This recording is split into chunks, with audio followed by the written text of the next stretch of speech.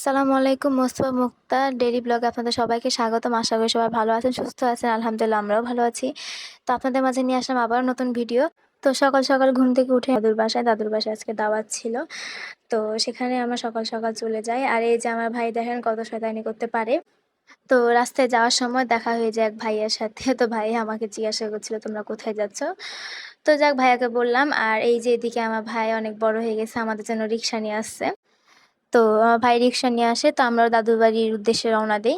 তো আমার দাদুর বাসা হচ্ছে বায়াতে, রাজশাহী। তো এই তো আমচত্বর, যারা রাজশাহী থাকেন তারা হয়তো বা আমচত্বরা চিনেন।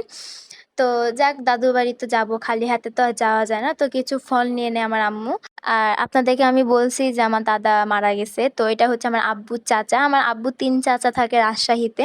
তো তাদের মধ্যেই একজনের বাসায় আমরা যাচ্ছি। তো তাদের বাসায় যাওয়ার জন্য ভ্যানও লাগে, আর তাদের বাসাটা হচ্ছে একটু গ্রাম সাইডে। তো যাক তাদের বাসায় আমরা যেয়ে পৌঁছাই। তো তাদের বাসায় যাওয়ার পরে আমার আম্মু রান্না-বান্না শুরু করে ফেলে। তো এত মানুষের রান্না তো আমার দাদু একা করতে পারবে না, এজন্য আম্মু যে রান্না করে। আর আমরা শুধু যাই না, আমার আব্বুর আরেক চাচারাও গেছিল। তো যাক আমার আম্মু রান্না আমরা সবাই মিলে খাওয়া-দাওয়া করি। তো যেহেতু অনেক বৃষ্টি, যত দেরি করব ততই দেরি। এজন্য আমরা খাওয়া-দাওয়া করে সাথে, সাথে চলে আসি। তো আসার পথে এত বৃষ্টি হয়েছে যে আমরা এক দোকানে আটকায় থাকি।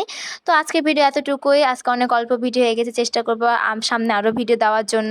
আশা করি আমাদের ভিডিও আপনাদের ভালো লেগে থাকবে। তো সবাই ভালো থাকবেন। আল্লাহ হাফেজ।